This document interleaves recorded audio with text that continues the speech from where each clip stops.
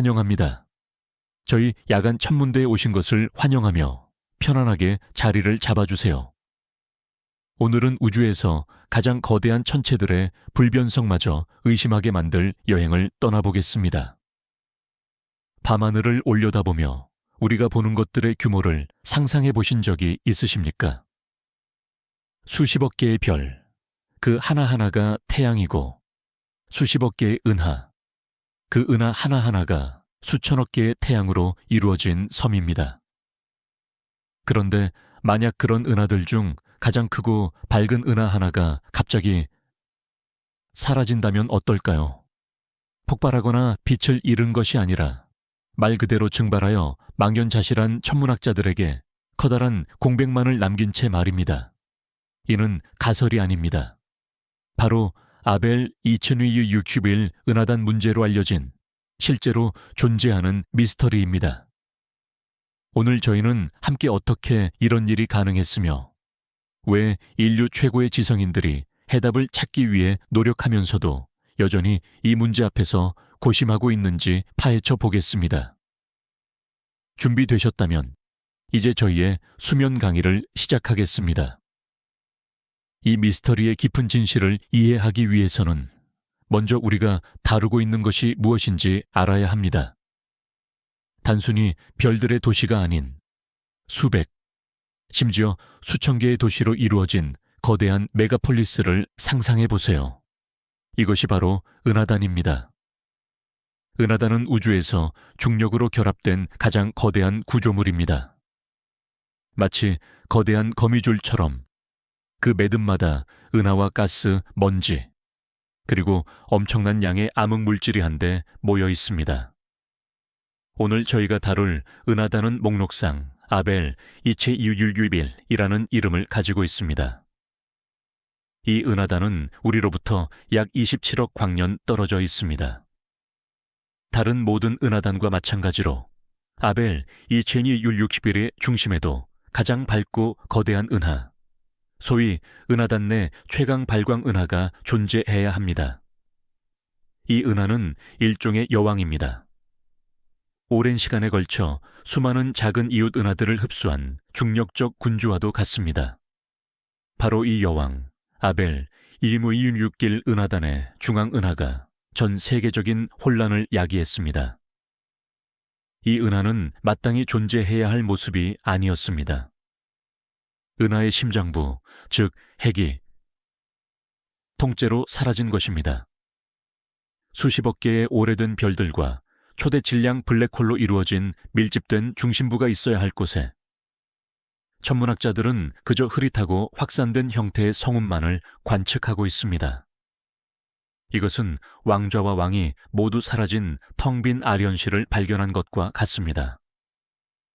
이 순간부터 현대 천체물리학에서 가장 흥미로운 미스터리 조사가 시작된 것입니다.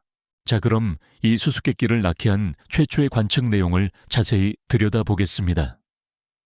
모든 것은 허블 우주 망원경에서 얻은 데이터를 일상적으로 분석하는 과정에서 시작되었습니다.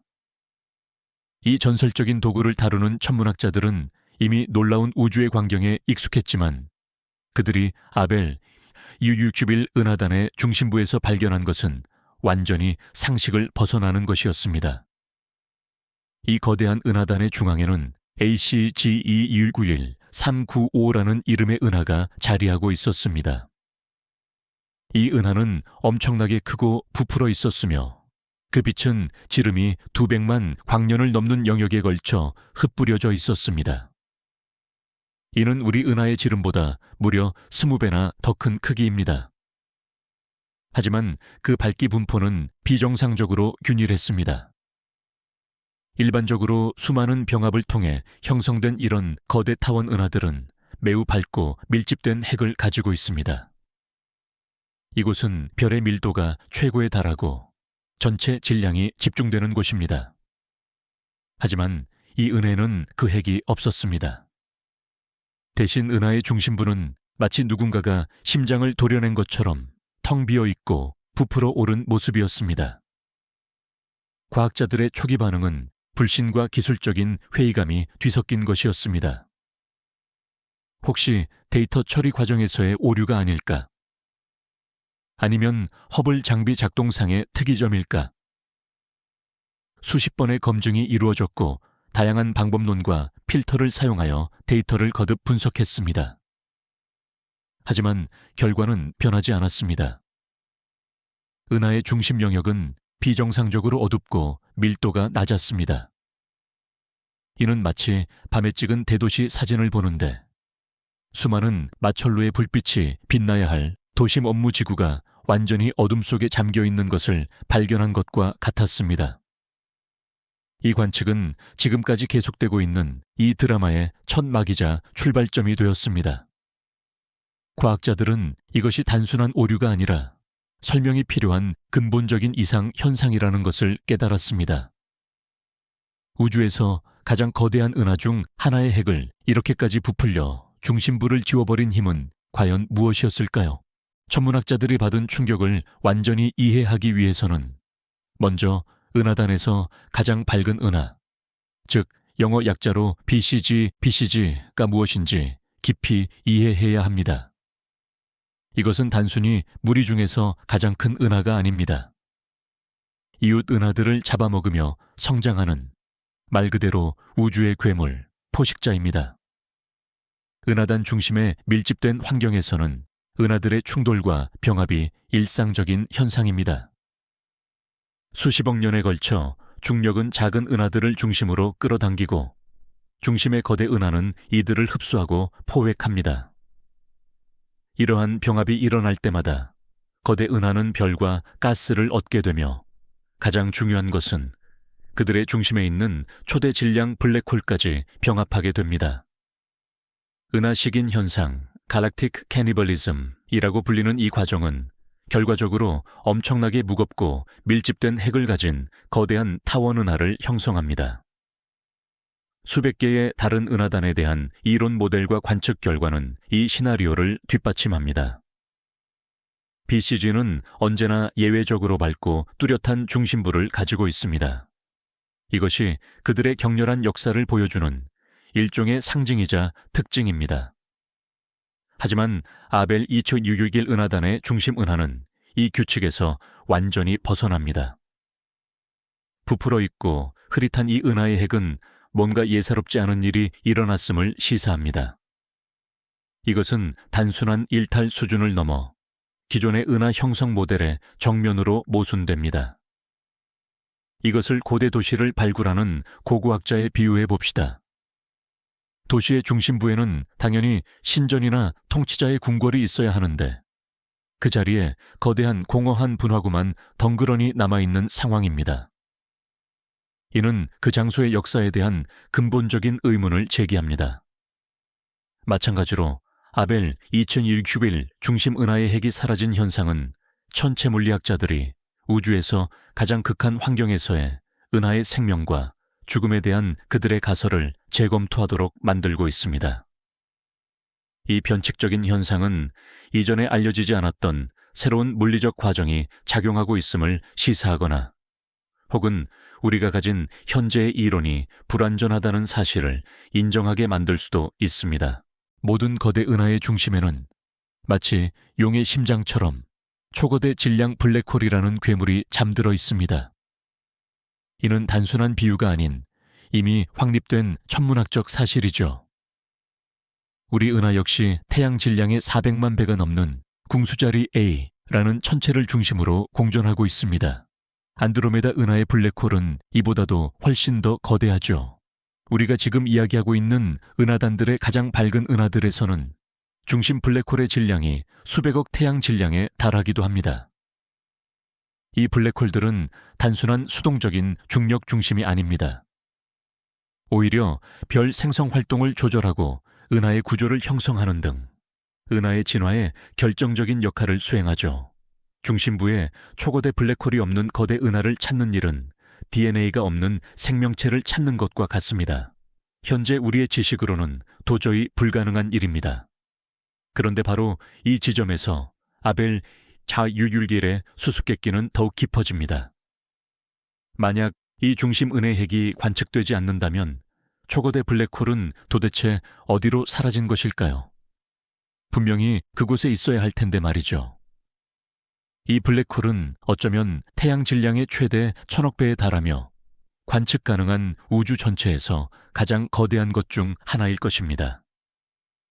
이 막대한 중력의 영향은 주변 별들을 끌어모아 밀집된 별무리, 바로 우리가 보지 못하는 그 핵을 형성했어야 합니다.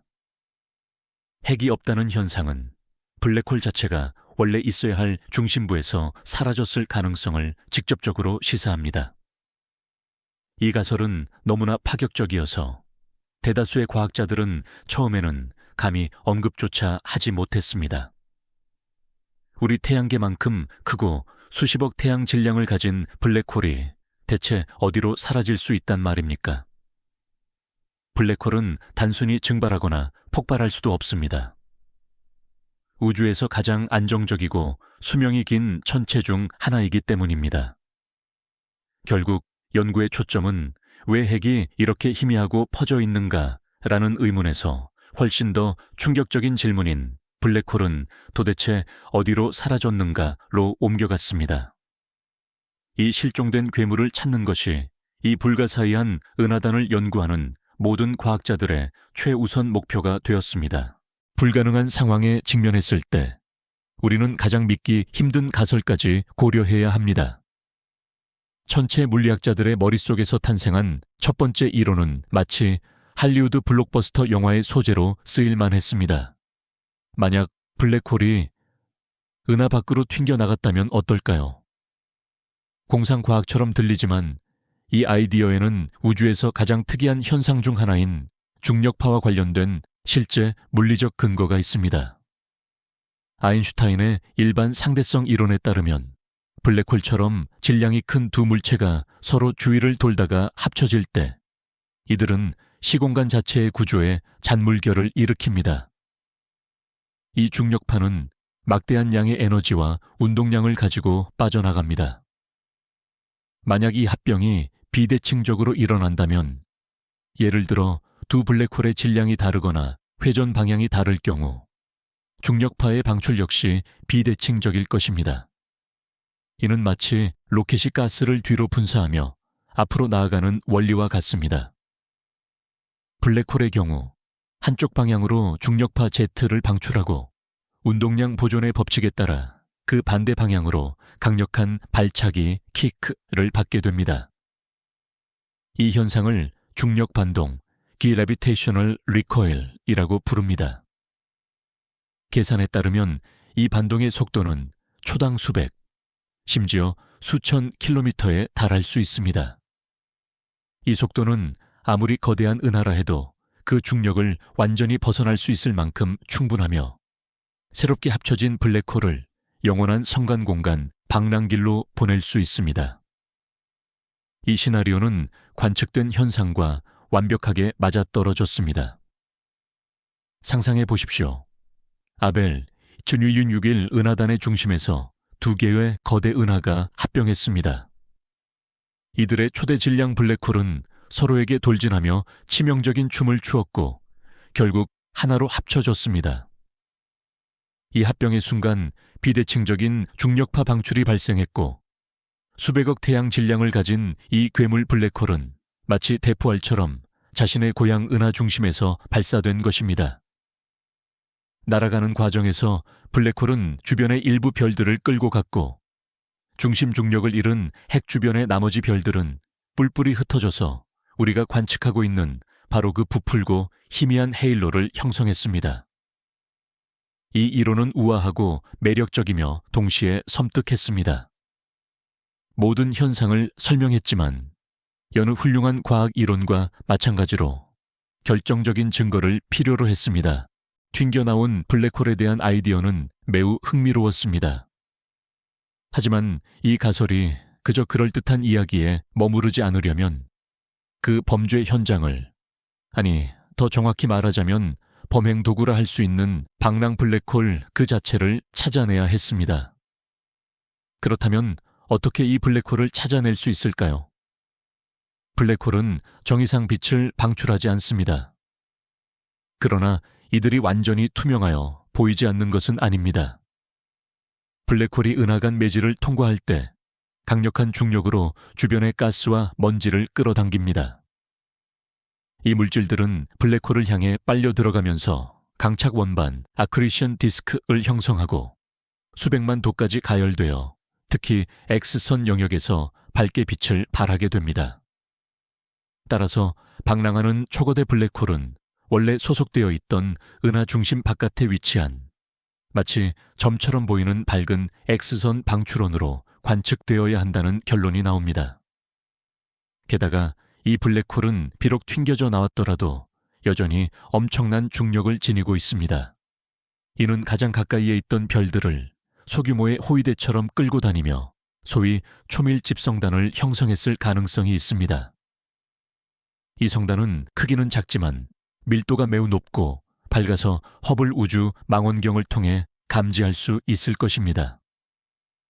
마지막으로 이전 은하의 가스층을 뚫고 지나갈 때 블랙홀은 중력으로 가스를 압축시키며 폭발적인 별 탄생을 유발했을 것입니다. 이것은 탈출한 블랙홀의 궤적을 따라 이어진 젊고 푸른 별들의 사슬 또는 아치 형태로 나타날 것입니다. 이러한 예측들을 토대로 천문학자들은 대규모의 사냥을 시작했습니다. 그들은 허블 망원경의 이미지를 몇 번이고 샅샅이 훑으며 아주 작고 밝은 성단이나 의심스러운 형태의 젊은 별들의 사슬을 찾았습니다. 그들은 인류가 보유한 가장 강력한 X선 망원경 중 하나인 찬드라 우주 망원경을 아벨 1661 성단에 집중시켰습니다. 목표는 명확했습니다. 사라진 괴물의 위치를 고발할 아주 밝은 점 광원 하나를 찾아내는 것이었습니다. 이것은 수백만 광년에 달하는 건초 더미 속에서 바늘을 찾는 것과 다름없었지만 천문학자들이 걸고 있는 판도는 너무나 컸습니다. 현대 천체물리학에서 가장 대담한 아이디어 중 하나를 증명할 기회가 걸려 있었기 때문입니다. 찬드라 X선 우주망원경은 우주에서 일어나는 가장 뜨겁고 격렬한 현상들을 관측할 수 있는 우리의 눈이나 마찬가지입니다. 1999년 나사가 발사한 찬드라는 X선 파장대에서 타의 추종을 불허하는 해상도를 자랑합니다. 허블 망원경이 가시광선으로 별과 은하를 포착한다면 찬드라는 블랙홀 주변의 강착 원반, 초신성 잔해, 그리고 은하단 내부를 가득 채운 수백만 도에 달하는 뜨거운 가스를 관측합니다. 바로 이 찬드라가 아벨 2261 은하단에서 중력 반동으로 튕겨져 나갔을 것으로 추정되는 초거대 블랙홀을 찾는 주요한 희망이었습니다. 과학자들은 이 망원경의 민감한 검출기를 수수께끼의 은하단 중앙에 정확히 조준하기 위해 상당한 관측 시간을 요청했고 확보했습니다. 연구진은 방황하는 블랙홀로 빨려 들어가는 강착가스의 흔적인 밝은 X선원을 볼 수 있으리라 기대했습니다. 관측은 수시간 동안 진행되며 우주 깊은 곳에서 날아오는 귀중한 광자 하나하나를 모았습니다.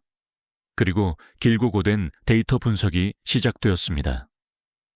컴퓨터는 수 기가바이트의 정보를 걸러내고 상세한 X선 방출 지도를 작성하며 배경 노이즈를 제거했습니다. 과학자들은 숨을 죽이고 얻어진 이미지를 자세히 들여다보았습니다. 그들의 이론을 확증해 줄 바로 그 지점, 바로 그 신호를 찾았습니다. 하지만 아무것도 없었습니다. 그들의 엄청난 실망 속에서 방황하는 블랙홀과 확신을 가지고 연결 지을 수 있을 만한 밝고 밀집된 X선원은 전혀 발견되지 않았습니다. 몇몇 희미한 X선 방출 덩어리가 포착되긴 했지만 이것들은 배경 은하이거나 작은 가스 덩어리일 수도 있었습니다. 이 중 어느 것도 활발하게 물질을 흡수하는 초거대 블랙홀에 해당할 만큼 충분히 밝지 않았습니다. 이는 중력 반동 이론의 치명적인 타격이었습니다. 물론 블랙홀이 어떤 이유로 가스를 흡수하고 있지 않다고 가정할 수도 있었습니다. 가령 밀도가 매우 낮은 은하간 환경을 통과하고 있을 수도 있습니다. 하지만 이는 가능성이 낮아 보였습니다. 아벨 C611 은하단은 뜨거운 가스로 가득 차 있고 저 정도 크기에 방황하는 물체라면 눈에 띄는 흔적을 남기지 않을 수 없기 때문입니다. X선 신호의 부재는 이론을 완전히 반증하지는 않았지만 그 가능성을 훨씬 더 낮추었습니다. 수수께끼는 해결되기는커녕 더욱더 복잡해졌습니다. 만약 블랙홀이 튕겨나가지 않았다면 도대체 어디로 사라진 것일까요? 찬드라를 통한 탐색이 실패하면서 과학자들은 원점으로 돌아가 대안적인 시나리오를 모색해야 했습니다. 어쩌면 그들이 엉뚱한 것을 찾았거나 혹은 엉뚱한 장소를 보고 있었을지도 모릅니다. 이로써 두 번째 주요 가설이 등장했습니다. 극적이지는 않지만 매우 흥미로운 가설입니다. 블랙홀이 아예 달아나지 않았다면 어떨까요? 어쩌면 여전히 은하 중심에 있지만 주변에 별이 거의 남지 않아 우리가 그것을 포착하지 못하는 것일 수도 있습니다. 이 아이디어는 껍질 벗기기 가설 또는 은하 박리 갈락틱 스트리핑 가설로 알려져 있습니다. 이 가설은 에이벨, 요유6빌 중심 은하가 단 한 번이 아닌 연속적인 병합의 결과라고 가정합니다. 다음 시나리오를 가정해 봅시다. 초대 질량 블랙홀을 품은 두 개의 거대한 은하가 합쳐집니다. 이들의 블랙홀은 서로에게 가까워지기 시작하지만 이 과정은 순식간에 일어나지 않습니다. 이들은 서로 주위를 돌며 이중 블랙홀 시스템을 만듭니다. 이 이중 블랙홀은 마치 거대한 중력적 휘적개처럼 작용합니다. 회전 에너지를 통해 병합된 은하 중심부 별들의 궤도를 뒤흔들고 이들을 점차 멀리 떨어진 길게 늘어진 궤도로 내쫓아 버립니다. 이 과정은 은하 핵에서 별들을 효과적으로 떠내어 핵의 밀도를 낮추고 더 희미하게 만듭니다. 그런데 직후의 세 번째 은하와 또 다른 병합이 발생한다고 상상해 보세요. 그 은하의 블랙홀 역시 중심부로 향하며 이제는 삼중 시스템을 형성하게 됩니다. 이러한 삼중 시스템의 역동성은 별들의 핵에 훨씬 더 혼란스럽고 파괴적인 영향을 미칩니다. 수십억 년에 걸쳐 이러한 일련의 병합이 반복되면 은하의 중심 영역은 별들이 거의 완전히 사라진 상태가 될 수 있습니다. 결국 우리가 보는 것은 바로 매우 희미하고 흩어진 핵을 가진 거대하고 부풀어 오른 은하입니다. 그리고 그 중심에는 우리에게 보이지 않지만 아직 합쳐지지 않은 채 자신의 중력적 춤을 추며 주변의 모든 별들을 흩어지게 만든 초대 질량 블랙홀이 한 개가 아니라 두 개 혹은 세 개까지 숨어 있을 수 있습니다. 이 가설은 블랙홀이 은하 밖으로 방출되었다는 비현실적인 아이디어에 의존하지 않고도 밝은 별 핵이 없는 이유를 우아하게 설명해 줍니다. 즉, 블랙홀 혹은 블랙홀들은 제자리에 있지만 단지 자신이 만들어낸 공허함에 둘러싸여 있다는 것을 시사하는 것입니다. 웨피제거 가설은 꽤 설득력이 있었지만 여기에도 간과할 수 없는 약점들이 존재했습니다. 첫째, 아벨, 예참 161에서 관측되는 것처럼 핵을 이 정도로 효과적으로 청소하려면 아주 특수한 병합 조건이 요구됩니다. 단순히 한 번의 강력한 충돌이 아니라 가스가 희박한 은하들 간의 연속적인 마른 병합 드라이 머저스이 여러 차례 필요하다는 뜻입니다. 만약 가스가 있었다면 그 가스는 식어서 중심부에 새로운 별을 형성하며 밝은 핵을 재건했을 것입니다. 하지만 그런 현상은 관측되지 않았죠. 이렇게 유례없이 독특한 병합 이력을 가진 은하단을 통계적으로 발견하기란 매우 어렵습니다. 둘째, 설령 별들이 중심에서 튕겨나갔다 하더라도 그 별들이 단순히 사라질 수는 없습니다. 이 별들은 은하 주변에 광범위하고 거대한 항성 헤일로를 형성해야 합니다. 실제로 이러한 헤일로가 관측되긴 했지만 그 구조나 밀도가 이론적 모델의 예측치와 완전히 부합하지는 않았습니다. 즉, 중심에만 별이 부족한 것이 아니라 해당 질량을 가진 은하가 마땅히 보유해야 할 전체 별의 양 자체가 예상보다 적다는 뜻입니다. 하지만 이 가설에 대한 가장 큰 반론은 바로 블랙홀 자체에서 나왔습니다. 만약 중심부에 실제로 쌍성 혹은 삼중 초거대 질량 블랙홀 시스템이 존재한다면 이들은 결국 시간이 지나면서 하나로 병합되어야 합니다. 우리가 이미 알고 있듯이 이 병합 과정에서는 엄청난 양의 중력파가 방출됩니다.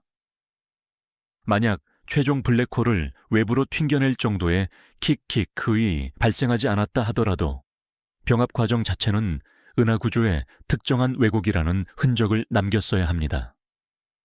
그러나 천문학자들은 아직까지 이러한 흔적을 발견하지 못했습니다. 더 나아가 만약 블랙홀들이 아직 병합되지 않은 상태라면 이들은 주변의 가스 및 별들과 활발히 상호작용하여 특유의 전파 신호나 X선 신호를 만들어내야 하지만 이 역시 관측되지 않고 있습니다. 결론적으로 외피 제거 가설 역시 완전하고 만족스러운 해답이 될 수 없었습니다. 팽창된 핵 구조는 설명해 주었지만 이 가설이 예측하는 다른 현상들이 왜 관측되지 않는지에 대한 새로운 의문만 남긴 셈입니다. 과학계는 사실상 난관에 봉착했습니다. 선두를 달리던 두 가지 이론, 방출 이론과 외피 제거 이론 모두 나름의 강점과 약점을 동시에 지니고 있었습니다. 그 어떤 가설도 아벨 히육빌이 보여주는 모든 미스터리를 완벽하게 설명해내지 못했죠. 상황을 타개하기 위해서는 이 문제에 접근할 새로운 도구, 완전히 새로운 시각이 필요하다는 것이 분명해졌습니다. 그리고 지금 현대 천문학의 최대 기대주인 새로운 주자, 제임스 웹 우주 망원경이 등장합니다. 2021년 말에 발사된 웹 망원경은 허블의 뒤를 잇지만 완전히 새로운 차원의 능력을 갖추고 있습니다. 가장 큰 강점은 무려 1.5m에 이르는 거대한 주경과 우주를 적외선 영역으로 관측하는 능력입니다. 그렇다면 이것이 아벨 2261의 수수께끼를 해결하는 데 왜 중요할까요? 첫째, 적외선은 우주 먼지를 효과적으로 통과합니다. 가령 떠돌이 블랙홀이나 그를 둘러싼 별무리가 짙은 먼지 구름 속에 숨겨져 있더라도 허블이 깜깜한 어둠만 보았던 곳을 웹은 선명하게 포착해낼 수 있습니다. 둘째, 웹 망원경은 거대한 타원 은하의 질량을 구성하는 늙고 차가운 별들을 관측하는 데 전문적입니다. 허블보다 훨씬 정교하게 중심 은하의 질량 분포 지도를 작성할 수 있으며 이로써 은하 핵에 존재하는 공동콩동의 유무와 규모를 최종적으로 입증하거나 반박할 수 있습니다. 하지만 무엇보다도 웹은 전례 없는 민감도를 자랑합니다. 아주 희미하고 멀리 떨어진 천체까지도 찾아낼 수 있죠. 만약 중심 은하 부근 어딘가에 방출된 블랙홀이 끌고 나간 별들의 수행단인 초고밀도 별 무리가 숨어 있다면 웹은 이를 탐색할 최고의 장비입니다. 웹은 색상, 크기, 별의 구성 성분을 분석해 이 별 무리를 일반적인 구상 성단이나 배경 은하와 명확히 구별할 수 있습니다. 아벨 2.16일 문제에 매달리고 있는 천문학자들은 제임스 웹에 엄청난 기대를 걸고 있습니다. 이 수수께끼 같은 은하단에 대한 관측은 이미 계획되었고 심지어 우리가 이야기를 나누는 지금 이 순간에도 진행 중일 수 있습니다. 웹이 수집한 데이터는 기존 이론 중 하나를 결정적으로 입증하는 증거가 될 수도 있지만 훨씬 더 흥미롭게도 전혀 예상치 못한 새로운 발견으로 우리를 이끌어 제3의 더욱 기발한 가설을 세우게 만들지도 모릅니다. 우리는 우주의 가장 위대한 미스터리 중 하나에 대한 해답이 앞으로 수개월 또는 수년 내에 밝혀질 수 있는 정말 특별한 시대에 살고 있습니다. 아벨, 점2161의 수수께끼가 무엇으로 풀리든 이 같은 이상 현상의 존재만으로도 우주에 대한 우리의 이해에 엄청난 영향을 미치게 됩니다. 이는 단순한 지역적 특이점이 아닌 은하 진화의 기본 모델 자체에 대한 도전입니다. 만약 중력 반동 이론이 사실로 입증된다면 이는 초거대 블랙홀이 모은에서 실제로 튕겨져 나갈 수 있음을 보여주는 최초의 직접적인 관측 증거가 됩니다. 이는 수십억 태양 질량에 달하는 보이지 않는 암흑의 괴물들이 은하간 공간을 방랑할 수 있다는 뜻입니다. 이는 방랑하는 초거대 블랙홀 개체군이라는 완전히 새로운 연구 분야를 개척할 것입니다. 이러한 현상이 얼마나 자주 발생할까요? 주변 공간에는 어떤 영향을 미칠까요? 심지어 이들이 가스를 포획해서 그 주위에 새로운 외소 은하를 형성할 수도 있을까요? 이는 우주의 개체 분포에 대한 우리의 인식을 근본적으로 바꿀 것입니다. 반면 외피 제거 가설이 입증될 경우 이는 은하단 중심부의 역동성이 얼마나 복잡하고 혼란스러울 수 있는지 증명합니다. 이로 인해 은하와 블랙홀의 병합 모델을 재검토하고 보다 미묘하고 새로운 효과들을 추가해야 할 것입니다. 이는 초거대 블랙홀 병합 과정이 예상보다 훨씬 더 오래 걸릴 수 있으며 이러한 이중 및 삼중 시스템의 존재가 희귀한 예외가 아니라 은하단 중심부의 일반적인 규칙일 수 있음을 시사합니다. 하지만 세 번째 가능성도 남아 있습니다. 만약 두 이론 모두 틀렸다면 어떨까요? 우리가 전혀 알려지지 않은 완전히 새로운 물리학적 현상을 관찰하고 있는 것은 아닐까요? 이는 은하단 질량의 대부분을 구성하는 암흑 물질의 특성과 관련이 있을지도 모릅니다. 아니면 블랙홀 자체의 본질, 즉 사건의 지평선 너머에서 벌어지는 일과 연관되어 있을 수도 있습니다. 아벨, GH611의 미스터리는 과학이 작동하는 방식을 보여주는 완벽한 사례입니다. 과학은 현재의 세계관에 부합하지 않는 변칙을 찾아내고 바로 그 변칙이 새로운 지식을 낳는 출발점이 됩니다. 이 우주적 퍼즐은 우리에게 익숙한 관념의 틀을 깨고 이 세계의 구조에 대해 가장 대담한 질문을 던지도록 촉구합니다. 다시 주된 용의자인 중력 반동, Gravitational Recoil, 즉 킥 현상으로 돌아가 보겠습니다. 이 현상의 규모를 이해하려면 이때 방출되는 에너지의 양을 상상해 봐야 합니다. 두 초거대 질량 블랙홀의 충돌과 합병은 빅뱅 이후 우주에서 일어난 가장 강력한 사건입니다.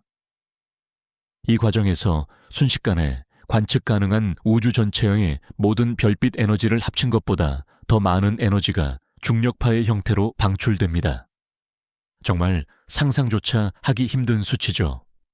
그리고 이 에너지의 아주 작은 일부라도 비대칭적으로 한쪽 방향으로 쏠린다면 합쳐진 블랙홀에 엄청난 속도를 부여하기에 충분합니다. 이 과정의 물리학은 매우 복잡하며 아인슈타인 방정식을 풀어내는 초강력 컴퓨터 시뮬레이션이 필수적입니다. 이러한 시뮬레이션은 킥의 크기가 두 가지 주요 변수에 크게 좌우된다는 것을 보여줍니다. 바로 합병하는 블랙홀의 질량비와 스핀 자전축의 방향입니다. 최대의 반동은 블랙홀들의 스핀이 서로 반대 방향을 향하고 동시에 그들의 공전궤도 평면상에 놓여 있을 때 발생합니다. 이런 이상적인 경우 반동 속도는 초당 5,000km에 달할 수 있습니다. 이는 광속의 거의 2%에 해당하는 속도입니다. 심지어 이처럼 거대한 은하의 탈출 속도조차도 초당 수백 킬로미터에 불과합니다. 따라서 이론적으로 블랙홀을 은하 밖으로 튕겨내는 것은 충분히 가능하다는 결론이 나옵니다. 하지만 과연 이러한 이상적인 시나리오가 얼마나 현실성이 있을까요? 통계적으로 볼 때 대부분의 합병은 스핀이 더 무질서하게 배열된 차에 발생할 것이며 이는 훨씬 낮은 반동 속도로 이어집니다. 아벨, 하유유일의 특이점, 아노말리를 설명하려면 매우 강력한 킥이 필요하며 이는 곧 매우 특정한 합병 형태가 요구된다는 뜻입니다. 이는 블랙홀 방출 가설을 가능성의 영역에는 두지만 확률의 측면에서는 다소 억지스럽게 만듭니다. 과학자들은 마치 네, 일어날 수는 있습니다. 하지만 그러려면 별들, 아니 정확히는 블랙홀들이 정말 특이하고 일어날 확률이 낮은 방식으로 딱 맞아떨어져야만 합니다. 라고 말하는 것과 같습니다. 바로 이 때문에 떠돌아다니는 X선 엑스레이. 근원지 같은 직접적인 증거의 부재가 이 이론에 큰 타격을 입히는 것입니다.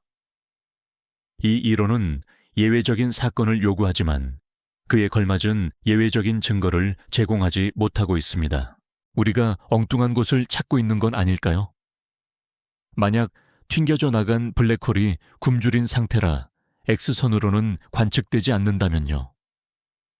그 블랙홀이 정말 강력한 충격을 받아 은하와 은하 사이의 공간을 뚫고 날아가고 있다고 가정해 봅시다. 만약 경로에 충분히 밀도가 높은 가스 구름이 없다면 강착작용은 극도로 미약할 수밖에 없습니다. 빨려 들어가는 물질이 너무 적어서 찬드라 망원경으로 관측 가능한 밝은 강착 원반을 만들지 못할 겁니다. 이럴 경우 블랙홀은 사실상 투명한 상태가 됩니다. 그렇다면 이 블랙홀은 다른 방식으로 자신을 드러낼 수 있을까요? 네, 바로 중력 렌즈 효과를 통해서 말이죠. 일반 상대성 이론에 따르면 질량을 가진 모든 물체는 그 주변의 시공간을 휘게 만듭니다. 이처럼 질량이 큰 물체 근처를 통과하는 멀리 떨어진 천체의 빛은 마치 렌즈를 통과하는 것처럼 휘어지게 됩니다. 초거대 블랙홀은 설령 떠돌아다닌다 해도 극도로 강력한 중력 렌즈 역할을 합니다. 만약 이 블랙홀이 우연히 우리가 바라보는 멀리 떨어진 배경 은하의 시선 방향과 정확히 일치하여 지나간다면 그 은하의 이미지를 왜곡시켜 특징적인 호, 고리, 심지어 여러 개의 다중 이미지를 만들어낼 것입니다. 렌즈 역할을 하는 것이 이처럼 개별적인 작은 천체일 때 우리는 이 효과를 미시적 중력 렌즈 현상이라고 부릅니다. 이러한 사건을 찾는 것은 엄청나게 복잡하고 어려운 작업입니다. 일시적이며 특징적인 왜곡을 포착하기 위해 배경에 있는 수백만 개의 별과 은하를 끊임없이 관찰해야만 합니다. 아벨 2261과 같은 은하단의 경우 이런 순식간의 신호를 포착하기 위해서는 허블이나 웹 망원경을 통한 반복적이고 매우 심층적인 관측이 필수적입니다. 이는 가만히 있는 X선 방출원을 찾는 것보다 훨씬 더 어렵습니다. 하지만 이것이 바로 굶주린 차에 떠돌아다니는 블랙홀을 발견할 수 있는 몇 안 되는 방법 중 하나입니다. 아직까지는 충분한 정확도와 지속시간을 갖춘 관측이 이루어지지 않았지만 이는 미래 우주 임무의 주요 과제 중 하나가 될 수 있습니다. 태양 질량의 수십억 배에 달하는 보이지 않는 렌즈가 어딘가 어둠 속에 숨어 있다는 이 생각은 두려움을 주면서도 동시에 깊이 매혹적입니다. 허블 우주 망원경으로 다시 돌아가서 중심부 핵가 사라졌다는 사실 외에 또 무엇을 발견했는지 살펴보겠습니다. 허블이 포착한 이 은하단의 심층 이미지는 그야말로 예술 작품입니다. 우리는 중앙에 부풀어 오른 거대 은하뿐만 아니라 시야 전체에 흩어져 있는 수백 개의 작은 은하들도 볼 수 있습니다. 그리고 그 사이에 매우 흥미로운 현상이 포착되었습니다. 이미지에는 얇은 호 아르키 모양으로 길게 늘어진 왜곡된 형태의 수많은 은하들이 나타납니다. 이들은 특별하거나 이상한 종류의 은하가 아닙니다. 이것은 강한 중력 렌즈 효과, Strong Gravitational Lensing의 전형적인 예시입니다. 아벨 2261 은하단 전체는 대부분 암흑물질로 이루어진 엄청난 질량 덕분에 마치 거대한 천연 렌즈처럼 작용합니다. 이 렌즈가 뒤쪽에 있는 훨씬 더 먼 은하들로부터 오는 빛을 휘어지게 만들어 우리에게 그 모습이 확대되고 왜곡된 형태로 보이게 하는 것입니다. 천문학자들은 이러한 호 모양의 구조를 연구함으로써 은하단 내부의 질량 분포를 매우 정밀하게 재구성할 수 있습니다. 즉, 중력이 정확히 어디에 집중되어 있는지 보여주는 지도를 만들 수 있는 것입니다. 그런데 이 지도가 또 하나의 놀라운 사실을 알려줍니다. 은하단 전체의 질량 중심 Center of Mass. 이 중앙에 부풀어 오른 그 은하의 위치와 정확히 일치한다는 것을 확인해 준 것입니다. 이는 매우 중요한 지점입니다. 중력 중심이 전혀 이동하지 않았다는 것을 의미하기 때문입니다. 그리고 이 사실은 블랙홀 방출 이론에 심각한 문제를 제기합니다. 만약 핵 질량의 상당 부분을 차지하던 초거대 블랙홀이 튕겨져 나갔다면 이는 은하단 전체의 질량 중심에 비해 은하 자체의 질량 중심이 작지만 눈에 띄게 이동했어야 합니다. 은하가 마치 그 반대 방향으로 움츠러든 것처럼 말이죠. 하지만 중력 렌즈 데이터는 이러한 현상을 보여주지 않습니다. 두 중심이 매우 높은 정확도로 일치합니다. 이는 무슨 일이 일어났든지 간에 그것이 은하단의 중력 중심에서 정확히 발생했으며 주요 질량은 제자리에 남아 있었음을 뒷받침하는 강력한 증거가 됩니다. 따라서 이 결과는 외부로의 방출보다는 외피 제거, 콜 스트리핑, 가설이나 다른 종류의 내부 역학으로 무게 중심을 옮기고 있습니다.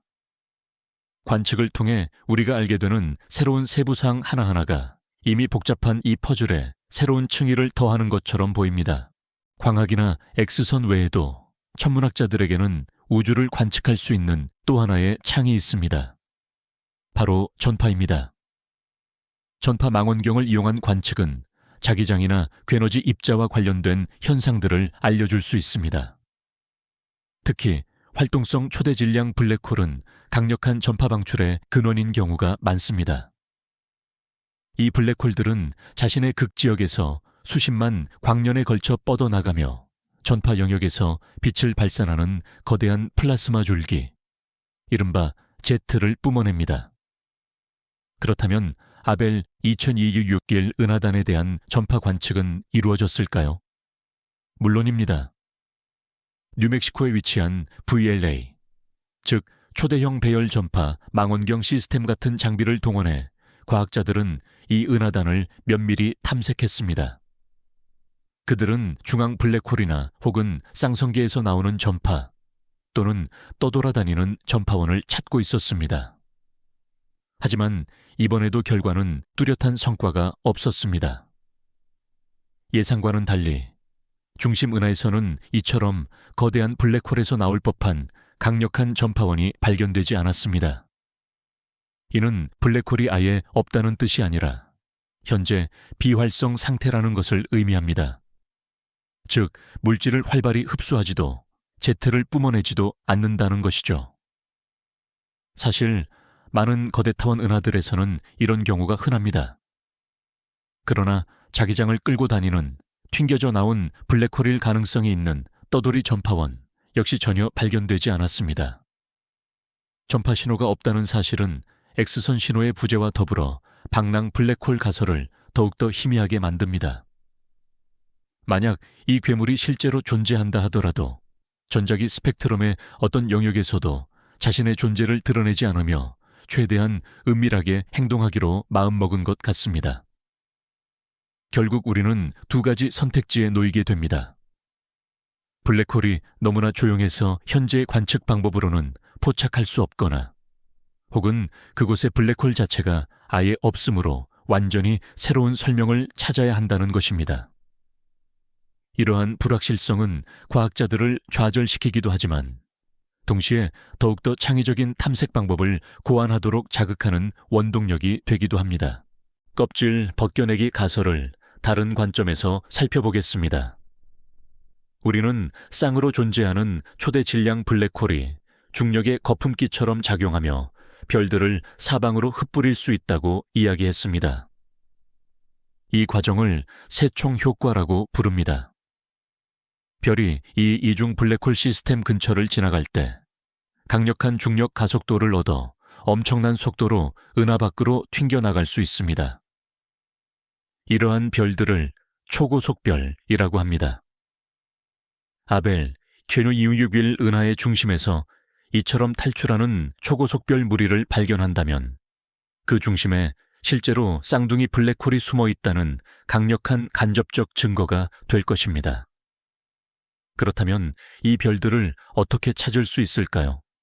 이는 매우 어려운 일입니다. 해당 은하는 너무 멀리 떨어져 있어서 드물게 발생하는 초신성 폭발을 제외하고는 개별 별들을 관측할 수 없습니다. 하지만 우리는 별 무리 전체에서 나오는 총합적인 빛을 분석할 수 있습니다. 분광학을 이용하면 은하의 영역별로 별들의 평균 속도와 속도 분산을 측정할 수 있습니다. 만약 중심부에서 중력 세총이 실제로 작동하고 있다면 우리는 중심 영역에서 비정상적으로 높은 속도 분산, 즉 이른바 가열된 핵을 보게 될 것입니다. 그곳의 별들은 일반적인 은하들보다 훨씬 더 무질서하게 움직여야 합니다. 이러한 측정은 강력한 분광기가 장착된 대형 지상 망원경을 통해 수행되었습니다. 그리고 그 결과는 다소 모호했습니다. 네, 고속으로 움직이는 별들의 일부 과잉이 관찰되었으며 이는 핵의 역동적인 가열을 시사할 수 있습니다. 하지만 그 효과는 일부 이중 블랙홀 모델이 예측하는 것만큼 강력하지는 않았습니다. 아마도 우리는 과거에 더 활발했던 이 과정의 잔여 현상을 보고 있는 것일 수 있습니다. 혹은 이 과정 자체가 우리가 모델링하는 방식대로 진행되지 않는 것일 수도 있습니다. 이는 어떤 그림에도 완벽하게 들어맞지 않는 퍼즐의 또 다른 조각입니다.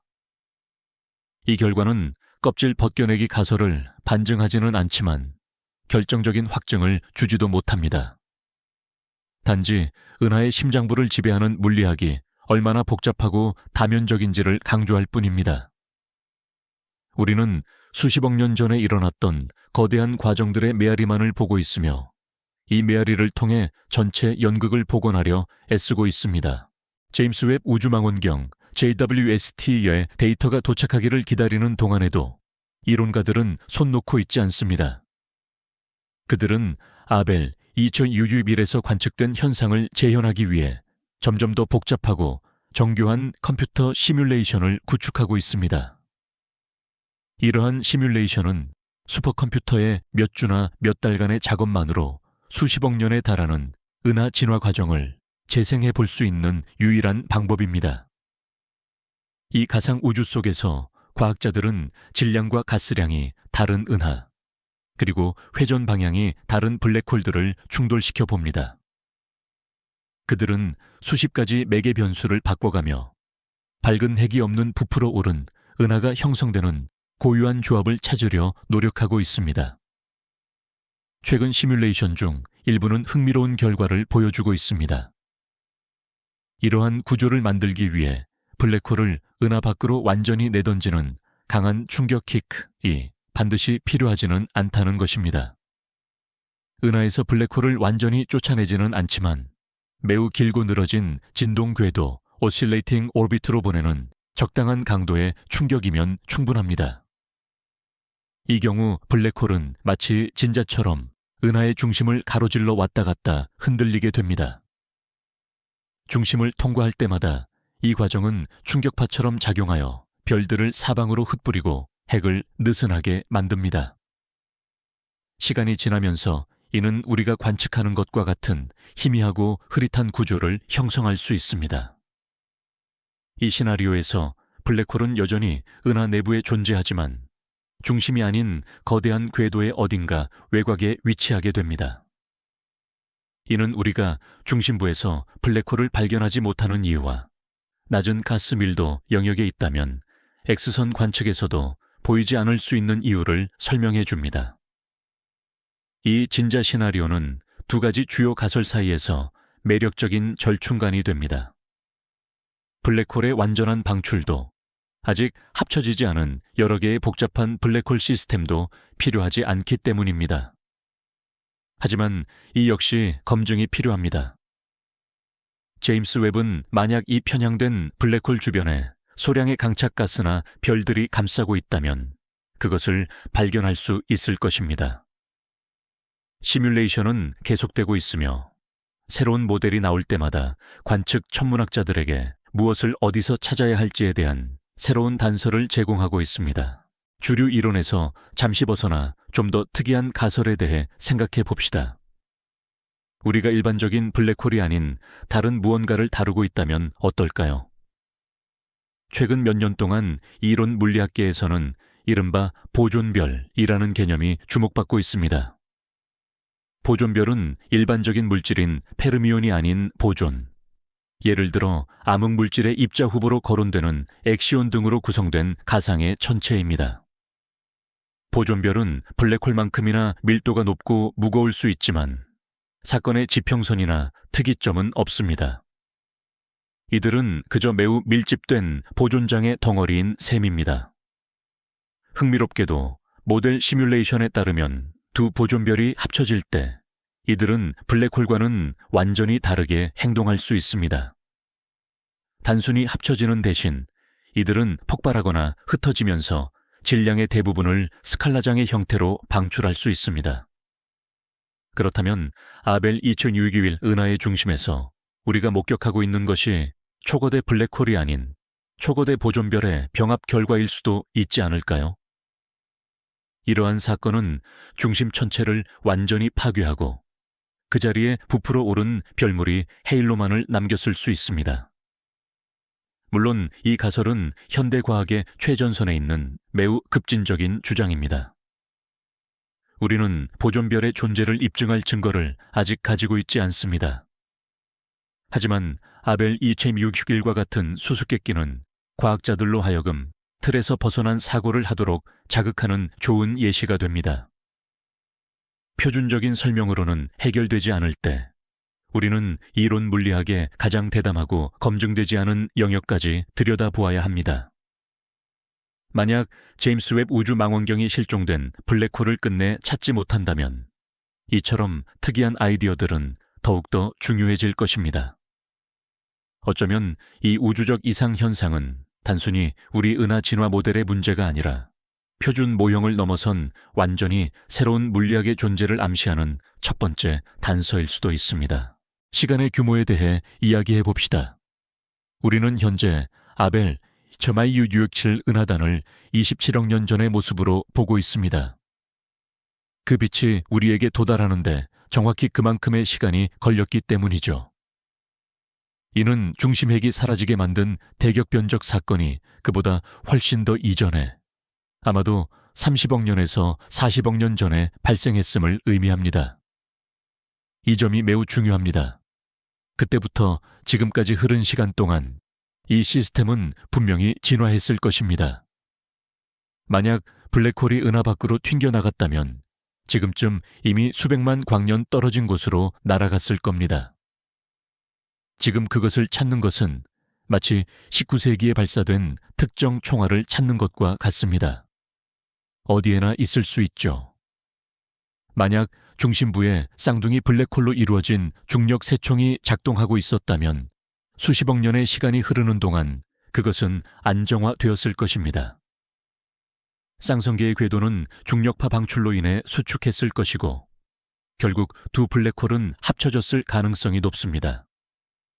어쩌면 우리는 이 은하의 매우 특이하고 짧은 생애 단계, 즉 중심핵이 파괴된 직후이지만 시스템이 새로운 균형을 찾기 전의 모습을 목격하고 있는 것일 수도 있습니다. 이러한 우주적 순간이라는 개념은 우리의 관측을 훨씬 더 독특하게 만듭니다. 마치 우리가 우연히 정확한 순간에 창문 너머를 엿보아 우주적 드라마의 결과를 목격한 것과 같습니다. 이는 왜 우리가 이런 시스템을 주변에서 흔히 보지 못하는지를 설명해 줍니다. 아마도 은하단 생애에서 매우 드물고 짧은 순간에만 발생하는 현상일 수 있습니다. 다른 한편으로는 이것이 우리의 과제를 훨씬 더 어렵게 만듭니다. 우리는 매우 제한적이고 이미 오래되어버린 단서들을 가지고 먼 과거의 사건들을 재구성하려고 시도하고 있기 때문입니다. 이는 마치 고생물학과 같습니다. 다만 공룡의 뼈 대신 우리는 멀리 떨어진 은하의 빛 분포를 분석하고 있는 것이죠. 그곳에서 날아오는 광자 하나하나가 그 고대 사건에 대한 정보를 담고 있으며 과학자들의 임무는 과거로부터 온 이 메시지를 해독하는 것입니다. 이 모든 이야기는 수십 년에 걸친 기술 발전 없이는 불가능했을 것입니다. 우리가 이런 질문조차 던질 수 있도록 해준 놀라운 도구들의 공을 인정해야 합니다. 모든 것은 10세기 중반 천문학자 조지 아벨이 먼 은하단을 모아 유명한 목록을 만들도록 해준 지상 망원경에서 시작되었습니다. 그리고 이어서 우주 망원경의 시대가 도래했습니다. 1990년에 궤도에 올려진 허블 우주 망원경은 지구대기의 왜곡 없이 전례 없는 선명도의 이미지를 제공해 주었습니다. 이 허블 망원경 덕분에 우리는 중심 은하의 비정상적인 구조를 자세히 관찰할 수 있었습니다. 찬드라 X선 관측소는 괴너지의 세계를 열어주었으며 블랙홀로 빨려 들어가는 뜨거운 가스를 찾는 데 중요한 역할을 했습니다. 한편 하와이의 캑캑, 천문대 망원경이나 칠레의 초거대 망원경 VLT과 같은 지상의 거대한 망원경들은 거대한 거울과 복잡한 분광기를 이용해 이 먼 시스템 내 별들의 속도를 측정할 수 있도록 했습니다. 그리고 이제 엔지니어링의 경이로움인 제임스 웹 우주 망원경 JWST이 훨씬 더 멀리, 더 많은 것을 볼 수 있게 해줄 것입니다. 이 모든 도구들은 수많은 엔지니어, 과학자, 프로그래머들의 노력의 결실입니다. 우리가 얻는 모든 이미지나 스펙트럼은 수년에 걸친 복잡한 작업과 노력의 산물인 셈입니다. 아벨, 겨치뮤규빌의 역사는 단순히 우주의 미스터리에 대한 이야기만은 아닙니다. 이는 인간의 호기심과 독창성, 그리고 어떤 대가를 치르더라도 우주를 이해하고자 하는 우리의 끊임없는 열망에 대한 이야기이기도 합니다. 우리가 이처럼 놀라운 도구들을 계속 만들 수 있는 한, 우리는 계속해서 새로운 미스터리를 발견할 것이고 조만간 그 답을 찾아낼 것입니다. 지식을 향한 이러한 기술 경쟁이야말로 현대 과학의 가장 고무적인 측면 중 하나입니다. 다른 측면인 암흑물질의 역할에 대해 논의해 봅시다. 우리는 은하단이 주로 별과 가스가 아닌 빛을 방출하거나 흡수하지 않으면서도 오직 중력을 통해서만 자신을 드러내는 이 수수께끼 같은 물질로 구성되어 있다는 것을 알고 있습니다. 아벨, 초이규기를 둘러싸고 있는 암흑물질 헤일로는 그 안에 있는 모든 은하를 합친 것보다 수백 배나 더 무겁습니다. 바로 이 헤일로가 전체 시스템을 하나로 묶어주는 역할을 합니다. 그렇다면 암흑물질이 이 미스터리에서 어떤 역할을 했을까요? 첫째, 암흑물질은 은하들이 움직이는 공통적인 중력 포텐셜, 잠재력을 만듭니다. 암흑물질의 분포는 은하들이 충돌하고 합쳐지는 궤적을 결정하게 됩니다. 둘째, 은하들이 합쳐질 때 별들로 이루어진 구성 요소들은 강하게 상호작용하며 흩어질 수 있지만 암흑물질 헤일로는 거의 저항 없이 서로를 통과합니다. 하지만 이 헤일로는 일반 물질에 중력적 마찰을 일으킵니다. 이를 동역학적 마찰이라고 부릅니다. 동역학적 마찰은 블랙홀이나 은하의 핵과 같은 더 무거운 물체들을 늦추고 공통중력 포텐셜의 중심으로 가라앉게 만듭니다. 블랙홀이 튕겨나가는 시나리오에서는 블랙홀이 소속 은하의 별들의 인력뿐만 아니라 전체 암흑물질 헤일로에 엄청난 중력도 극복해야 합니다. 이는 필요한 킥 속도가 우리가 예상했던 것보다 훨씬 더 높아야 함을 의미합니다. 반면 외곽 분리 시나리오에서는 암흑물질 헤일로에 밀집된 중심부에서 쌍둥이 블랙홀이 움직이는 역학이 매우 복잡할 수 있습니다. 일부 이론들은 암흑물질이 가장 중심부에 매우 밀도 높은 정점을 형성할 수 있으며 이것이 별 방출 과정에 영향을 미쳤을 수 있다고 주장합니다. 우리가 암흑물질이 정확히 무엇인지, 그리고 그것이 스스로 어떻게 상호작용하는지 확실히 알지 못하는 한, 이 미스터리에서 암흑물질의 역할은 여전히 주요 미지수 중 하나로 남아 있습니다. 아벨, 한유의 60일의 수수께끼를 해결하는 것은 이 파악하기 어려운 물질의 본질에 대해서도 간접적으로 새로운 정보를 제공해 줄 수 있을 것입니다. 이 미스터리에서 가장 흥미로운 점은 어쩌면 우리가 이 질문을 던지는 첫 번째 존재가 아닐 수도 있다는 사실입니다. 만약 우주 어딘가에 지적 생명체가 존재한다면 에이벨 2766일 은하단 내의 한 은하에서 충분한 기술 수준에 도달한 모든 문명은 이 변칙 현상을 자신의 눈으로, 더 정확히 말하면 자신들의 망원경으로 목격했을 것입니다. 이 은하단의 이웃 은하계 행성에서 살고 있는 문명을 상상해 보십시오. 그들에게 있어 중심 은하는 우리에게 보이는 희미한 점이 아니라 밤하늘을 압도하는 거대하고 지배적인 구조물이었을 것입니다. 그들은 자신들의 역사가 이어지는 내내 이 은하를 관측했을 것입니다. 다른 은하들을 집어삼키는 모습도 보았을 것입니다. 그리고 그들은 이 은하의 밝은 핵이 갑자기 사라지는 광경을 목격했을 것입니다. 이 현상이 그들의 과학, 철학, 종교에 미쳤을 영향은 과연 어떠했을까요? 은하의 핵과 같은 거대한 구조물조차 사라질 수 있다는 깨달음은 그들에게 근본적인 충격으로 다가왔을 것입니다. 어쩌면 지금 이 순간에도 27억 광년 떨어진 곳에서 우리와 전혀 다른 모습을 한 외계 과학자들이 이 미스터리에 자신들의 장비를 겨누고 이론을 구축하며 그들만의 첨단 관측소에서 데이터가 오기를 간절히 기다리고 있을지도 모릅니다. 물론 이것은 순전히 추측에 불과하지만 이를 통해 우리는 물리학 법칙이 보편적이며 우주가 우리에게 던지는 수수께끼 또한 보편적일 수 있다는 사실을 깨닫게 됩니다. 우리 모두, 즉 인류와 가상의 외계 지성체 모두는 이 광활하고 무한한 우주를 탐험하는 탐험가들입니다. 그리고 에이벨, 이 6일과 같은 천체들은 지성이 어디에서 탄생하든 관계없이 모든 지적 존재에게 공통적인 도전 과제로 남아있을 것입니다. 과학자들은 블랙홀 자체를 찾는 일 외에도 이 은하계의 과거를 밝혀줄 수 있는 간접적인 증거들을 찾고 있습니다. 그중 하나가 바로 구상성단입니다. 구상성단은 수십만 개, 심지어 수백만 개의 아주 오래된 별들이 밀집되어 구형을 이루고 있으며 마치 위성처럼 은하 주변을 공전하는 천체입니다. 아벨, 하윕6빌의 중심 은하와 같은 거대 은하는 수천 개의 구상성단을 가지고 있어야 합니다. 이 구상성단들의 분포와 움직임을 연구하면 은하 병합의 역사에 대해 많은 것을 알 수 있습니다. 만약 중심 은하가 수많은 작은 은하들을 병합하여 형성되었다면 그 과정에서 작은 은하들이 가지고 있던 구상성단들까지 가져왔을 것입니다. 따라서 중심 은하가 보유한 구상성단의 시스템은 매우 크고 광범위하게 퍼져 있어야 합니다.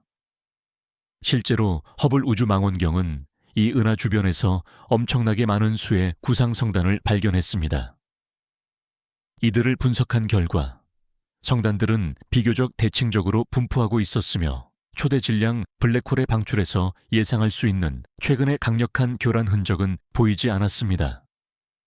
오히려 이들의 움직임은 수많은 병합으로 인해 시스템이 느리고 점진적으로 가열되는 모습과 더 일치했습니다. 이는 블랙홀 방출 가설을 뒷받침하는 또 하나의 작지만 중요한 증거가 됩니다. 하지만 여기에도 고려해야 할 미묘한 차이가 있습니다. 우리가 볼 수 있는 것은 가장 밝은 성단들 뿐이며 전체적인 그림은 더 복잡할 수 있습니다. 더 어둡고 멀리 있는 성단까지 관측할 수 있는 제임스 웹 우주 망원경은 이 시스템에 대한 훨씬 더 상세한 지도를 작성하여 두 시나리오 중 하나를 최종적으로 선택할 수 있게 해줄 것입니다. 이 우주적인 수사극에서 작은 성단의 분포와 같은 사소한 디테일 하나하나가 중요합니다. 만약 우리가 뭔가 명백한 사실을 놓치고 있다면 어떨까요? 어쩌면 애초에 그 어떤 것도 사라지지 않았던 건 아닐까요? 일부 회의론자들은 이 은하가 그저 그렇게 태어났을 뿐이라는 가설을 제시합니다. 거대 타원 은하가 밀집된 중심 핵 없이 형성될 수 있는 희귀한 조건이 있을 수도 있다는 겁니다. 예를 들어 계층적 병합 (hierarchical mergers을) 통해서가 아니라 거대 가스 구름이 더 부드럽고 대규모로 붕괴하는 과정에서 형성되었고, 이 과정에서 중심의 초거대 블랙홀이 어떤 이유로든 생겨나지 않았을 경우를 생각해 볼 수 있습니다. 하지만 이러한 원초적 결함 가설은 몇 가지 심각한 문제에 직면합니다. 첫째, 이 가설은 계층적 응집 (hierarchical clustering) 개념에 기반을 둔 거의 모든 현대 우주론 구조 모델과 모순됩니다. 둘째, 이렇게 거대한 천체에서 초거대 블랙홀의 형성을 막을 수 있는 메커니즘을 상상하기 어렵습니다. 중력은 냉혹하며 깊은 중력 우물의 중심에서는 물질이 응축되고 붕괴하여야만 했습니다. 셋째, 우리는 이 은하계에서 거대한 항성 헤일로와 많은 수의 구상 성단 글로뷸러 클러스터스과 같은 병합의 흔적들을 다수 발견합니다. 이는 고립된 채 평화롭게 성장한 조용한 은하라고 보기는 어렵습니다. 가능성은 낮지만 이 아이디어를 완전히 배제할 수는 없습니다. 우주는 끊임없이 우리에게 놀라움을 선사하기 때문입니다. 만약 다른 모든 가설이 결국 반증된다면 과학자들은 가장 급진적인 이 아이디어, 즉 우리가 보고 있는 것이 파국의 결과가 아니라 단지 완전히 새롭고 이전에 알려지지 않은 유형의 은하라는 생각으로 다시 돌아와야 할 것입니다. 이는 아마도 이 조사에서 나올 수 있는 가장 흥미로운 결론일 것입니다. 이 모든 이야기는 어쩌면 우리 일상과는 너무나 추상적이고 동떨어져 보일 수 있습니다. 우주 저편에서 30억 년 가까이 전에 발생한 사건들이 우리에게 무슨 의미가 있을까요? 하지만 사실 이 수수께끼는 우리의 존재 자체와 직접적인 관련이 있습니다. 우리는 은하수 밀키웨이라는 은하에 살고 있으며, 이 은하는 소규모 은하 집단인 국부 은하군 로컬 그룹의 일부입니다.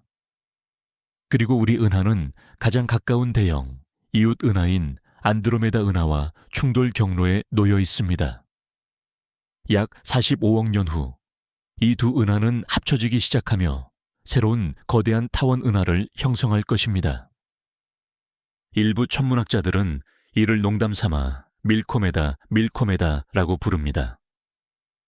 그 중심부에 있는 초대 질량 블랙홀들, 즉 궁수자리 SGRA와 안드로메다 은하에 있는 훨씬 더 거대한 쌍둥이 블랙홀 역시 결국 합쳐질 것입니다. 그리고 이 합병 과정에서도 중력파 방출이 일어나며 어쩌면 중력 반동, gravitational recoil 현상이 발생할 수도 있습니다. 이 중력 반동이 새로 태어난 블랙홀을 밀코메다의 중심에서 튕겨낼 만큼 충분히 강력할까요? 아마도 그렇지 않을 것입니다. 두 블랙홀의 질량 비율이 상당히 크기 때문입니다. 하지만 아벨 조61과 같은 극단적인 사례를 연구하는 것은 우리가 이러한 과정의 물리학을 더 잘 이해하고 우리 은하계의 먼 미래를 더 정확하게 예측하는 데 도움을 줍니다. 가장 질량이 큰 시스템에서 어떤 일이 벌어질 수 있는지 이해함으로써 우리는 우리 은하 자체가 진화하고 존재하는 규칙들을 더욱 잘 파악하게 됩니다. 어떤 의미에서 아벨 조61의 시면을 들여다보는 것은 우리 우주 구석에서 벌어질 수 있는 가장 극적이고 가능한 미래 중 하나를 엿보는 행위입니다. 다시 제임스 웹 우주 망원경 JWST으로 돌아와 이 수수께끼를 풀기 위해 계획된 구체적인 관측 프로그램들을 살펴보겠습니다. 핵심 프로그램 중 하나는 Primordial-like Resolved Investigations of a Missing Black Hole 이라는 이름을 가지고 있으며, 이는 사라진 블랙홀을 찾는 태초의 대상 연구와 유사한 조사 정도로 해석할 수 있습니다. 이 프로그램의 목표는 여러 개의 적외선 필터를 이용해 성단 중심부의 초심층 이미지를 얻는 것입니다. 이를 통해 과학자들은 별들의 색상과 밝기에 대한 아주 상세한 분포 지도를 만들 수 있습니다. 이 지도를 바탕으로 은하의 각 부분에 있는 별들의 나이와 화학적 조성을 파악할 수 있게 됩니다. 만약 핵이 중력적 반동으로 인해 파괴되었다면 우리는 비교적 균일하게 분포된 늙은 별들을 보게 될 것입니다. 하지만 이 핵이 쌍둥이 블랙홀에 의해 퍼내어진 것이라면 서로 다른 궤도에 있는 다양한 별 집단을 가진 더욱 복잡한 구조를 관측할 수 있습니다. 다른 프로그램은 웹 망원경의 분광기를 사용하여 이 떠돌아다니는 블랙홀로 가스가 유입되는 강착의 흔적을 찾을 것입니다. 이 블랙홀이 비록 X선으로는 보이지 않더라도 미약한 가스 유입은 적외선 스펙트럼에서 웹 망원경이 포착할 수 있는 특유의 방출선을 만들어낼 것입니다. 또한 바로 그 초밀집된 별들의 성단 하이퍼 컴팩트 스텔러 클러스터스를 찾는 작업도 계획되어 있습니다. 웹 망원경은 이 성단들을 사진으로 담는 것뿐만 아니라 그 스펙트럼까지 얻어 이들이 단순한 임의의 물체가 아니라 은하 중심부에서 실제로 뜯겨나온 별들로 구성되어 있음을 확인할 것입니다. 이러한 관측을 위해서는 망원경의 귀중한 시간을 수십 시간이나 할애해야 하며 데이터 처리에는 수개월이 소요될 것입니다. 하지만 이 모든 과정의 끝에는 아마도 엄청난 과학적 돌파구가 기다리고 있을 것입니다. 과학계는 이 결과를 숨죽이며 기다리고 있습니다. 이것은 단 하나의 구체적인 관측만으로도 수년 동안 천문학자들을 괴롭혀 온 난제를 해결할 수 있는 흔치 않은 기회 중 하나입니다. 먼저 이 수수께끼를 푸는 과학자들의 심리적 측면을 짚어보죠. 이런 난제에 도전하는 일은 단거리 경주가 아니라 마라톤과 같습니다. 이는 수년간의 고된 작업, 데이터를 분석하며 보낸 수많은 밤샘, 그리고 끊임없는 자기회의, 의구심을 의미합니다. 몇 년 동안 떠돌이 블랙홀의 신호를 찾기 위해 일생을 바쳤지만 결국 잡음 노이즈만 얻은 대학원생을 상상해 보세요. 혹은 우아한 이론 모델을 구축했지만 새로운 데이터가 그 모델을 완전히 반박해버리는 이론가를 생각해 보세요. 이것은 엄청난 인내심과 더불어 지적인 정직성을 요구합니다. 만약 사실, 팩트주의, 자신이 가장 좋아하는 가설과 모순된다면 그것을 기꺼이 포기할 준비가 되어 있어야 합니다. 하지만 바로 여기에 과학적 방법론의 아름다움이 있습니다. 이것은 끊임없는 자정작용이며 실수와 반증을 통해 진실을 향해 나아가는 과정입니다. 아벨 2161글의 수수께끼는 단순한 아이디어 경쟁이 아닙니다. 이는 전 세계 수십, 수백 명의 과학자들이 함께하는 공동 작업입니다. 여러 망원경으로 관측하는 관측자들이 데이터를 공유하고 이론가들과 시뮬레이션 연구자들은 이 데이터와 자신들의 모델을 비교합니다. 끊임없는 대화가 오가며 때로는 학회에서 격렬한 논쟁으로 이어지기도 합니다. 하지만 모두의 목표는 단 하나입니다. 바로 그곳에서 실제로 무슨 일이 일어났는지 이해하는 것입니다. 이러한 집단적인 지적 열정, 즉 자연이 우리에게 던져준 이 퍼즐을 풀고자 하는 공동의 열망이야말로 과학의 가장 큰 원동력입니다. 그리고 비록 우리가 가까운 시일 내에 최종적인 해답을 찾지 못하더라도 그 탐구 과정 자체만으로도 새로운 지식, 새로운 방법론, 그리고 새로운 질문들로 우리를 풍요롭게 할 것입니다. 방출 가설과 외피 제거 가설이라는 두 가지 주요 설명 외에 이들을 결합한 하이브리드 모델도 존재합니다. 어쩌면 실제로 두 가지 현상이 모두 일어났을 수도 있습니다. 두 은하가 합병하는 상황을 가정해 봅시다. 이 과정에서 두 은하의 블랙홀이 쌍성 시스템을 이루고 이 쌍성계는 중심부에서 별들을 퍼내기 시작하며 핵을 점점 더 희미하게 만들었을 겁니다. 그리고 시간이 흐른 뒤 이 두 블랙홀은 마침내 하나로 합쳐집니다. 이 합병의 순간에 강력한 중력 반동, 그래비테이셔널 리코일, 이 발생했겠죠. 하지만 중심부 핵은 이미 느슨해진 상태였기 때문에 비교적 약한 킥킥만으로도 새로 탄생한 블랙홀을 은하 밖으로 튕겨내는데 충분했을 수 있습니다. 이 시나리오에서는 두 효과가 서로 시너지를 일으키며 합쳐진 것입니다. 이는 해당 시스템이 왜 그렇게 극단적으로 보이는지를 설명해 줍니다. 즉, 내부에서부터 핵이 서서히 파괴되다가 마지막에 중심부를 날려버리는 결정적인 타격이 가해진 것이죠. 이러한 하이브리드 모델은 분석하기가 훨씬 복잡하지만 현실에서는 더 타당할 수 있습니다. 우주는 단순하고 우아한 경우가 드뭅니다. 대부분의 경우 여러 다양한 과정들이 동시에 작용하기 때문이죠.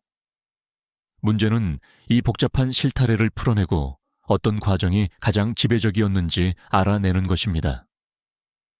다시 말하지만 이에 대한 해답은 오직 정밀한 관측을 통해서만 얻을 수 있습니다. 예를 들어 만약 제임스 웹 우주망원경 웹-U의 별의 헤일로가 매우 특이하고 비대칭적인 형태를 띠고 있다는 것을 발견한다면 이는 바로 이러한 2단계 과정이 있었음을 시사할 수 있습니다. 고대의 대격변이 은하의 몸체에 남긴 이러한 미묘한 흔적, 즉 흉터를 찾는 것이 바로 이 분야에서 관측 천문학이 수행해야 할 핵심 과제입니다. 에이벨 2661을 다른 특이한 은하단들과 비교해보는 것은 흥미롭습니다. 과연 이 은하단이 완전히 독특한 사례일까요? 아니면 비슷한 경우들이 또 있을까요? 천문학자들은 이처럼 핵이 사라진 혹은 매우 희미해진 은하의 다른 사례들을 적극적으로 찾고 있으며 실제로 몇몇 후보들을 발견했습니다. 예를 들어 천여자리 은하단에는 거대 은하 메시의 87의 위성 은하인 NGC 488B가 있습니다. 이 은하 역시 이중 핵을 가지고 있는데 이는 최근 병합 과정과 합쳐지지 않은 채 남아있는 쌍둥이 블랙홀의 존재를 시사할 수 있습니다. 또 다른 예로는 에이벨 779 은하단이 있습니다. 그 중심부에도 역시 핵이 매우 흐릿한 은하가 자리 잡고 있습니다. 하지만 이들 중 어느 사례도 에이벨 2261만큼 극단적이지는 않습니다. 다른 은하단들의 경우 핵이 AE9261만큼 희미하지 않거나 혹은 더 일반적인 과정들을 시사하는 다른 징후들이 발견됩니다. 현재까지는 에이벨 2261이 이 이상 현상의 가장 극명한 사례로 독보적인 기록을 유지하고 있습니다. 바로 이것이 에이벨 2316시기를 이 현상을 연구하기 위한 완벽한 실험실로 만드는 이유입니다. 우리의 최고 장비들을 이단 하나의 천체에 집중함으로써 우리는 이 과정의 물리학을 가장 순수하고 극단적인 형태로 이해할 수 있기를 기대합니다. 그리고 이 지식으로 무장하고 나면 우리는 덜 두드러진 다른 사례들로 돌아가서 그들이 같은 현상의 일부인지 아닌지를 이해할 수 있게 될 것입니다. 과학에서는 종종 단 하나의 매우 특이한 천체를 연구하는 것이 수백 개의 정상적인 사례 통계보다 더 많은 지식을 제공하는 경우가 있습니다. 잠시 상상해 봅시다. 제임스 웹 우주망원경이 결국 그것을 찾아냈다고 말입니다. 은하 중심부에서 멀리 떨어진 곳에서 작고 밀집된 별들의 무리를 발견한 상황 말입니다. 이 별 무리의 스펙트럼을 분석했더니 별들이 엄청난 속도로 움직이고 있음이 드러납니다. 이는 중심에 보이지 않는 거대한 질량체가 있다는 명백한 증거죠. 바로 이것이 자신의 무리를 거느린 채 은하 밖으로 튕겨나간 도주하는 초대 질량 블랙홀인 것입니다. 과학계의 반응은 어떨까요? 이 소식은 모든 과학 저널과 학술 회의에서 단연 1순위 뉴스가 될 것입니다. 아인슈타인의 일반 상대성 이론이 또 한 번 놀랍도록 정확하게 증명된 위대한 승리의 순간이죠. 이는 은하 진화 연구의 새로운 장을 열게 될 것입니다. 전 세계 과학자들은 이 천체의 질량, 속도, 그리고 궤적을 측정하기 위해 달려들 것입니다. 이론가들은 어떤 합병 모델이 관측된 킥 속도, 즉 블랙홀이 튕겨나간 속도를 가장 잘 설명하는지 치열하게 경쟁하겠죠. 이는 한 세대의 천체 물리학자들에게 유레카를 외치는 결정적인 순간이 될 것입니다. 하지만 만약 정반대의 상황이 벌어진다면 어떨까요? 웹 망원경의 가장 깊고 정밀한 관측에도 불구하고 아무것도 발견되지 않는다면요. 떠도는 블랙홀도 쌍둥이 핵도 그 어떤 명확한 설명도 없는 겁니다. 은하의 중심이 그저 텅 비어 조용하다는 것이 밝혀진다면 말입니다. 어쩌면 이것은 발견보다 훨씬 더 충격적이고 더 흥미로운 결과일 수 있습니다. 이는 우리가 우주에 대해 근본적으로 무언가를 잘못 이해하고 있다는 뜻이 될 것입니다. 우리 지식에 커다란 공백이 있음을 보여주며 완전히 새로운 물리학의 필요성을 가리키는 지표가 되겠죠. 이것은 이야기의 끝이 아닙니다. 오히려 진정한 시작점이 될 것입니다. 이 결과는 젊은 과학자 세대 전체에게 기존의 틀을 깨는 완전히 새롭고 어쩌면 미친 아이디어를 찾도록 강요할 것입니다. 그리고 자연 앞에서 완전히 당황하고 혼란스러워하는 바로 이런 순간들이 과학을 앞으로 나아가게 하는 진정한 원동력입니다. 어떤 답이 나오든 우리는 승자입니다. 우리는 가장 대담했던 이론을 입증하든지 아니면 완전히 미지의 영역으로 향하는 문을 열게 될 것이기 때문입니다. 긴 여정을 마무리하며 다시 밤하늘의 모습으로 돌아가 보겠습니다. 우리가 별들을 바라볼 때 우리는 질서와 조화를 봅니다. 행성들은 정해진 궤도를 돌고 별들은 수십억 년 동안 변함없이 빛나며 은하들은 광활한 우주 속을 장엄하게 유영합니다. 하지만 아벨 2.261의 이야기는 우리에게 이 겉으로 보이는 평온함 뒤에는 상상조차 할 수 없는 힘과 혼돈의 과정들이 숨겨져 있다는 것을 일깨워 줍니다. 우주는 정지된 그림이 아니라 역동적이며 끊임없이 변화하는 공간입니다. 이곳에서는 은하들이 충돌하고 블랙홀이 합쳐지며 심지어 거대한 항성계 전체가 은하 간의 어둠 속으로 내던져질 수도 있습니다. 이러한 수수께끼는 우리가 실제로 얼마나 적게 알고 있는지에 대한 강력한 증거입니다. 우리는 망원경을 이용해 우주를 탐사하며 이제 겨우 표면을 긁기 시작했을 뿐입니다. 이와 같은 새로운 미스터리들은 우리가 앞으로 얼마나 많은 것을 더 발견해야 하는지를 보여줍니다. 이는 우주의 규모와 복잡성 앞에서 우리에게 겸손함을 가르쳐 줍니다. 동시에 그것은 우리에게 희망과 탐험가적인 설렘을 안겨줍니다. 우리의 지성과 도구를 사용해서 결국에는 이 퍼즐들을 풀어낼 수 있을 것이라는 희망, 그리고 미지의 새로운 세계의 문턱에 선 발견자로서의 설렘입니다. 사라진 은하의 수수께끼는 단순한 과학적 문제가 아닙니다. 이것은 바로 우리의 눈앞에서 펼쳐지는 모험이며 우리 모두는 이 모험의 증인입니다. 조만간 이 놀라운 이야기의 다음 장을 알게 되기를 기대해 봅니다. 자, 이제 아벨 2.261 은하단의 심장을 향한 여정을 마무리할 시간입니다. 오늘 내용을 한번 정리해 봅시다. 우리는 현대 천문학에서 가장 흥미로운 수수께끼 중 하나에 직면했습니다. 우주에서 가장 거대한 은하의 중심부에 은하 핵콜이 사라졌고 어쩌면 그 초대 질량 블랙홀까지도 사라졌다는 사실이죠. 현재 용의자는 크게 두 가지 주요 이론이 있습니다. 첫 번째는 중력 반동, Gravitational Recoil 시나리오입니다.